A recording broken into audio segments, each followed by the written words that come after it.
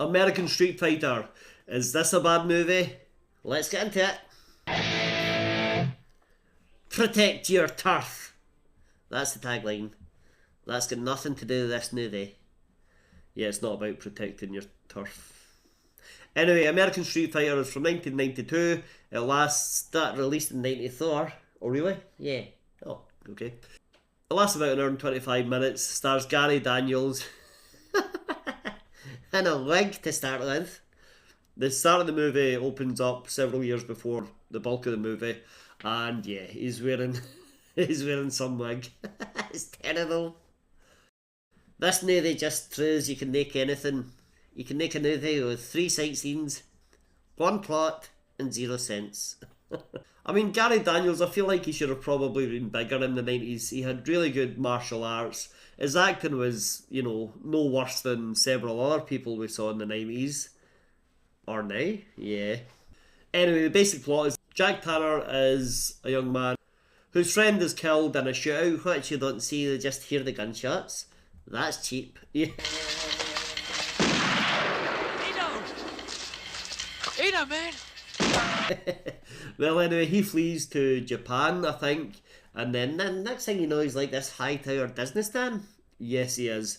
But he gets a phone call from home saying his brother needs him, so he flies back, and his brother doesn't want to see him at all. He hates him. Let's talk about this, little brother. What do you want to talk about, big brother?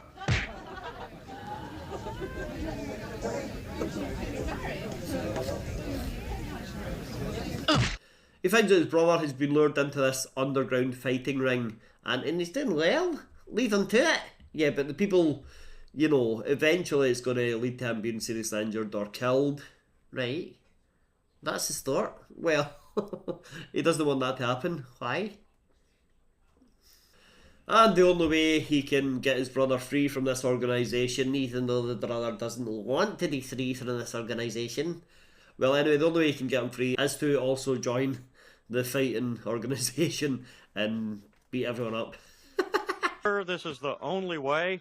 Gary Daniels does his usual mix of stiff line delivery but decent kicks. Yeah, he's like, it's either gritty huster or mid-kick grunt. I mean, I know we said there's only a couple of fight scenes. That's not really true. There's only a couple of fight scenes that might be worth watching. The movie is basically 80% of fight scenes, yeah. And most of them are pretty bad. And so badly lit. Yeah. The sound's off. I mean, you're talking about cheap movies. This is cheap. It is cheap. But it's still a movie. Dearly. And there's every martial arts cliche. Shirtless fights. Slow-mo jump kicks. Dramatic one-liners like, "You piece of lowlife.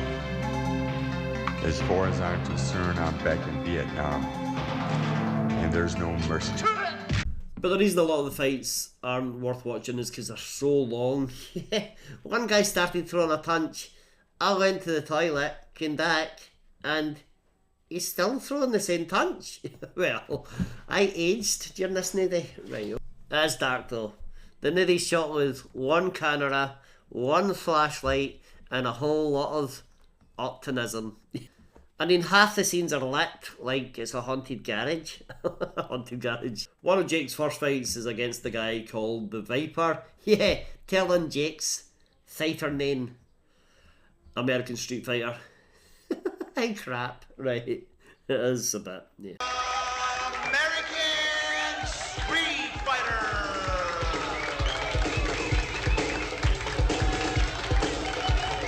And he gets his ass kicked. That's right, the Viper actually beats him. His first fight and he gets his ass kicked. How embarrassing.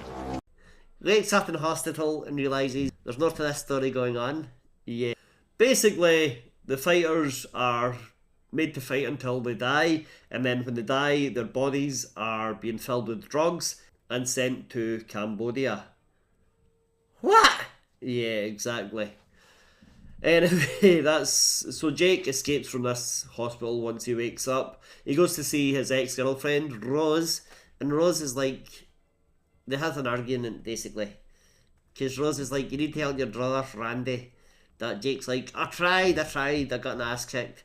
So Rose leaves him in the care of her son, who's a 10-year-old boy. Yeah. And while Jake is struggling to recover, he continues to train. Yeah. He trains by punching a bag of cement. Who needs knuckles? He has a few more fights, and then eventually Randy and Rose... Randy sees the error of his ways, tries to leave the organisation, but both he and Rose are kidnapped. Yeah, so this kid, Billy, is watching him train and helping him train and saying, you need to do this, you need to do that. Yeah, he's like Nicky, if Nicky was prepubescent. But he gets back to full strength quickly enough. And then he and Dilly one day are just training, and they meet this biker dude. And Jake cripples the guy just to impress this kid. He goes back home to tell Rose what's happened. So Rose has sex with him in the shower. Not Dilly, no, Jake, yeah. Before I got kidnapped, Teresa. He fights his way into the bad guy's compound, I guess. And the bad guy, by the way, the head bad guy, is one of the guys the samurai caught. Oh yeah, you recognise him? Yeah. By the way, he's also brought along Rose's father, who runs a karate class. Yeah. He meets the daughter of the bad guy. The boss's number 2 is his own daughter. So Rose's dad absolutely beats her to death. Pretty much. Oh my gosh. Ogawa, he's still in his compound and Jake finds him. Yeah, so they had a little fight on the edge of the cliff. Jake throws him into the sea from a cliff. Yeah, he's definitely dead. Or is he? No. So now it's Randy's funeral. Randy!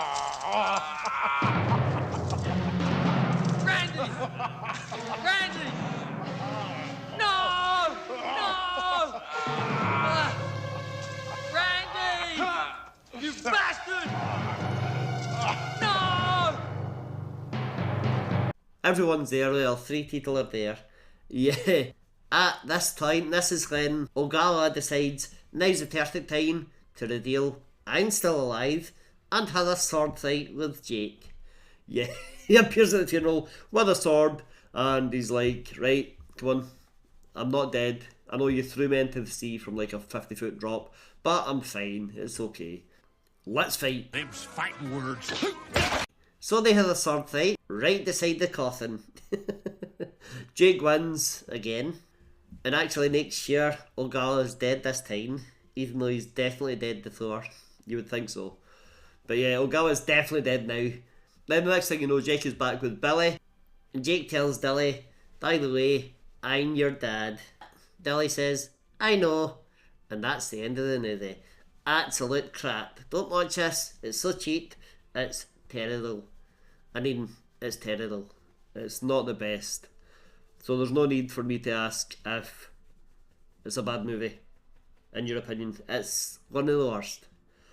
It's not good. I do think Gary Daniels deserves better, but that's the way the cookie crumbles.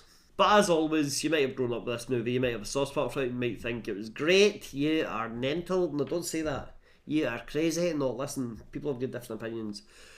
But let us know what you think. Hit like, hit subscribe, go watch another video.